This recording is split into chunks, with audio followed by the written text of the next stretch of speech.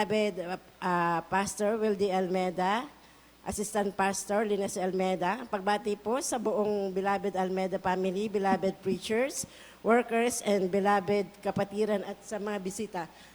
Good morning po sa inyong lahat. Welcome to the Royal Family of God. Jesus Miracle Crusade pa ating beloved pastor. Nasave po ako rito, 1992. Nabautismuhan po ako 1993, January 3. Ang aking pong karamdaman ay may taning po ako na 30 minutes sa cancer. Stage 4 po ako, mayong ako, 12 inches. High risk ako sa cancer. Nakalbo po ako sa chemotherapy ng Mach 1, Mach 2, Mach 3. Nangitim po ako na parang uling. Diyan po ang kahabagan natin dakilang Diyos dahil po sa nabautismo na ako, instant akong pinagaling ng ating dakilang Diyos na makapangyarihan sa lahat. Ito po isa pananalangin na ating beloved number pastor, beloved pastor Wildy Almeda at ating assistant pastor. Kung wala po ang kanilang panalangin, wala rin po ako sa inyong harapan, mga minamahal. Ayan po ay ang kahabagan natin, pinakamamahal na Panginoon Jesus na tayo po ay nanalangin, nagpupuri, nagduluwalhati sa ating dakilang Diyos na makapangyarihan. Dahil po sa ako ay nagkaroon ng karamdaman na cancer, instant po akong pinagaling noon ako na bautismuhan. Kaya nga po mga minamahal, ang kahabagan po ng mahal na Panginoon Jesus ay talaga pong nasa atin dahil tayo po ay nasa katotohanan. Praise the Lord. Hallelujah. Tunay po mga minamahal na ako po nung ako ay nagkikemotherapy, natanggal po talaga lahat ang aking buhok. Tunay po na nalagas po yan. At ganoon din po mga minamahal, ako po ay parang uling. Ang maputi lang po sa akin ay aking mga mata at ngipin. Tunay po na totoo po talaga ang Diyos dito sa Jesus Miracle Crusade International Ministry. Hallelujah. Tunay po mga minamahal, nasa pamagitan po ng panalangin ng beloved over pastor, pinagaling ako at sabi ng ating beloved preacher, sister, may problema ka ba? Meron po dahil natanggal po ako sa hospital po ng QI. Tunay po mga minamahal, nung ako po ay, kinuha ko po sa aming abogado, ang aming kaso. Tapos pinalihan ko po sa ating beloved noble pastor doon sa Amoranto, nagbubukan liwayway. Tunay po na nakita ko yun sa panaginip. At nung ako po ay nagbigay na ng Xerox copy mula sa abogado, nakita ko po ito ng personal na nililihan sa ating beloved noble pastor. At within 1 week, back to work po kami lahat na 100 plus po kami mga minamahal. Tunay po na totoo po ang gawain natin, pinakamamahal na Panginoon, hindi po tayo nagbibiro sapagkat tayo po ay nasa finish line na sa panahong ito. Kaya po tayo ay lagi pong manampalataya at magpupuri, mananalangin ng walang humpay. Dahil po ito sa pananalangin natin, beloved Honorable Pastor Wildy Estrada Almeda. Tunay po mga minamahal, ang anak ko po na baby pa noon. May karamdaman po ito na sakit sa puso. Sabi ko kung ako nga pinagaling, why not na yung baby ko na may sakit sa puso, nangingitim. Lagi po siyang umiiyak. Sabi ko, inialay ko po ito sa malapis instant po itong pinagaling. Praise the Lord. Yes, hallelujah. Lord. At ganun din po sa aking pong pamangkin na nurse po sa orthopedic ngayon. Meron po siyang breast cancer na dalawa pong breast niya. Sabi niya, tita, natatakot na ako kasi bagaman nurse ako, pero sabi niya, natatakot dahil po sa sumasakit na yung kanyang dibdib, yung kanyang kilikili at ang kanyang likod sumasakit na dahil po sa, sabi niya, breast cancer na. Sabi ko, ba't ka nag-aalala? Ako nga may cancer, ako may taning pa ako na 30 minutes, instant akong pinagaling, why not na ikaw? Diba? Sabi ko, manampalataya ka lang at dumalo ka. Tunay po na nagpabautismo siya nung nakaraang taon ng birthday ni Mama Dear.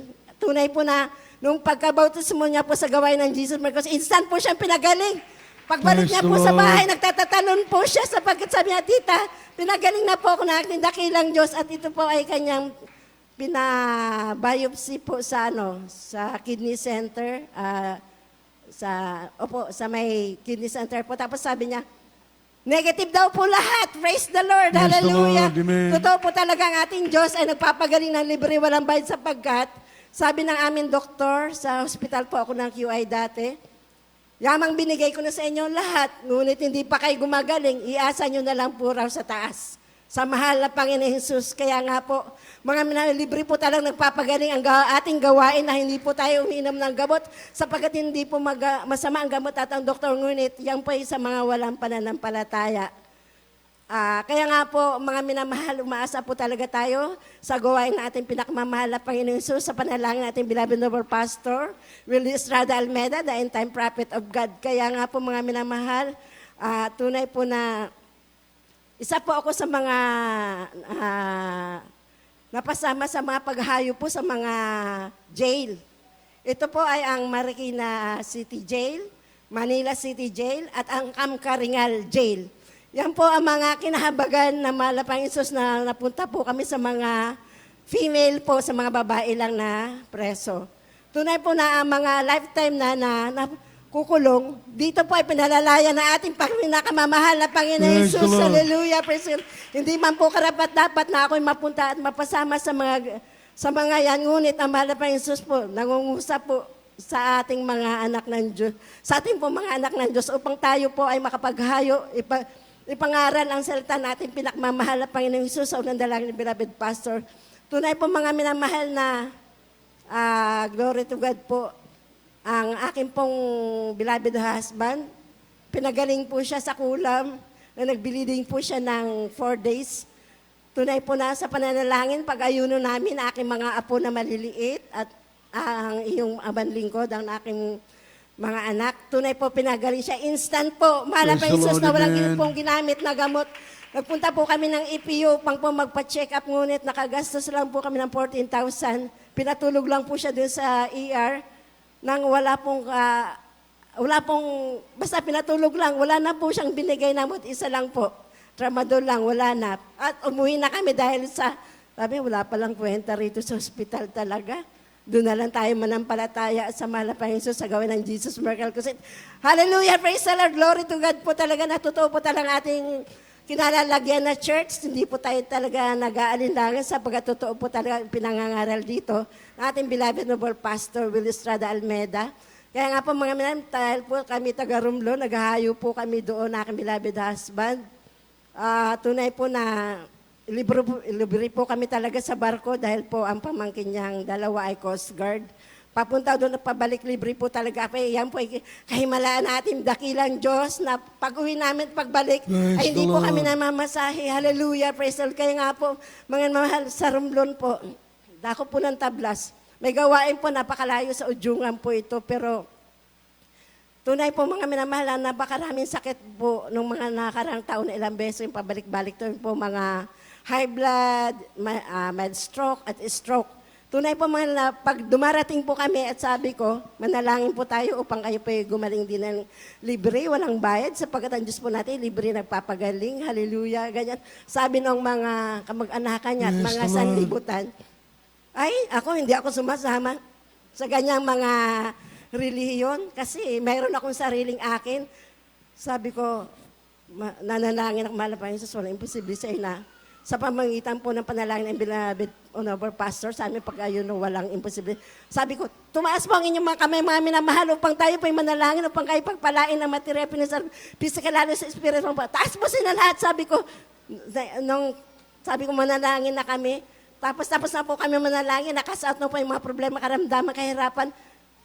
Praise the Lord, sabi ko, ano po, hallelujah, praise the Lord, hallelujah, praise. Ganun lang po ang aking panalangin na huli na, ay, ate, napakaganda pala ng iyong panalangin. Totoo pala yan. Sabi ko, ano pong pakaramdam nyo ngayon? Pinagaling po ako. Praise the Lord, hallelujah. Sa isip ko, talaga naman basta nasa katotohanan ka, walang imposible sa mahal na Panginoong Jesus, hallelujah. Kaya po mga minamahal, huwag po kayo mag-alilangan sa gawain doon sapagkat totoo po ang pinangaral natin beloved noble pastor, Willie Estrada Almeda, the end-time prophet of God. Tunay po mga minamahal sa pagtatrabaho ko, sabi na aming chief nurse, Koli, sabi niya, mag-smack gown tayo at saka mag-scrub suit. Lahat po ng kanilang mga kasuotan, puro pantalon. Sabi ko, sa chief nurse po, sabi ko, ma'am, paano po ma'am, nakapalda ako palagi. Sila po nakapantalon na ngayon. Magre-resign na lang po ako, ma'am. Ay, hindi, huwag ka mag-resign sapagkat ipapadalahan ko ng sulat ang main. na hindi ka maaalis at magpapalda ka lang sa gawain ninyo dahil ay kalooban ninyo Yes, Diyos. Lord. Praise the Lord. Hallelujah. Kaya po mga minamahal, totoo po talaga ang gawain na ito. Naghihimala po. At ganoon din po sa aking mga anak, yung aking finest score na anak, sabi niya, Mama, nandito ako sa Amoranto, hilong-hilo ako dahil sa office galing ako, sabi niya, wala pa akong tulog, wala pa akong kain, wala pa akong pahinga. Sabi ko, ilehens mo dyan yung picture ko dyan, ma. Sabi ko, lagi natin ginagawa na, nililehens ko lang po ang picture ng aking anak at kinakas-out ang mga karamdaman, lagnat, o busipon. Sabi, kas-out in Jesus' name. Hallelujah, hinahawakan po yung picture na kas-out in Jesus' name, bihil, in Jesus' name. Gumaling ka sa pangalan ng Jesus. Kas-out, hallelujah, hallelujah. Sabi ko, mag-hallelujah ka dyan. Sabi niya, hallelujah, hallelujah. Sabi ko, ano na pakiramdam mo? Magaling na po ako, ma. Gaano po Praise talaga the Lord, natutuwa po amen. ating gawain. Hallelujah. Minsan po, pupunta siya ng airport. Aghatid po ng mga visa nung papaalis. Sabi niya, Mama, nahihilo po ako. Nag-iisa lang ako sa taxi ay sa Grab. Manalangin ka dyan. Ipag-pray mo ako kasi bakit hindi ako makarating ng airport. Sabi niya, o di kayo paghatid ng kung ano-ano niya mga papers mula sa ating beloved pastor. Sabi ko, sige, mag-pray ka dyan. Bilisan mo. Ayan na naman po, nililehens ko naman yung kanyang pictures. Kas-out in Jesus, mabilbil, just pagkahilo, pagkaantok, mahinang katawan, kas-out. Tunay po na, sabi ko mag-hallelujah, praise the Lord. Binapagaling na naman po siya na malapit salita ng hallelujah, praise the Lord, hallelujah. Totoo po talaga, ang gawain natin ay libre na papagaling sapagkat tunay po na walang imposible sa ating dakilang Diyos. Mga minamahal, wag po tayo mag-alinlangan sapagkat tayo po ay nasa finish line na. Ito na po ang huli nating mga paglilingkod sa ating mahal na Panginoon. Hindi man po huli, basta kailangan po tayo nakasigurado na tayo ay mararapture. Kaya ang lahat po ng pagpapala, material, financial, physical, lalo sa spiritual na pagpapala, ay sa ating pinakamamahal na Panginoon po lamang. Hallelujah! Praise the Lord! Amen. Praise the Lord.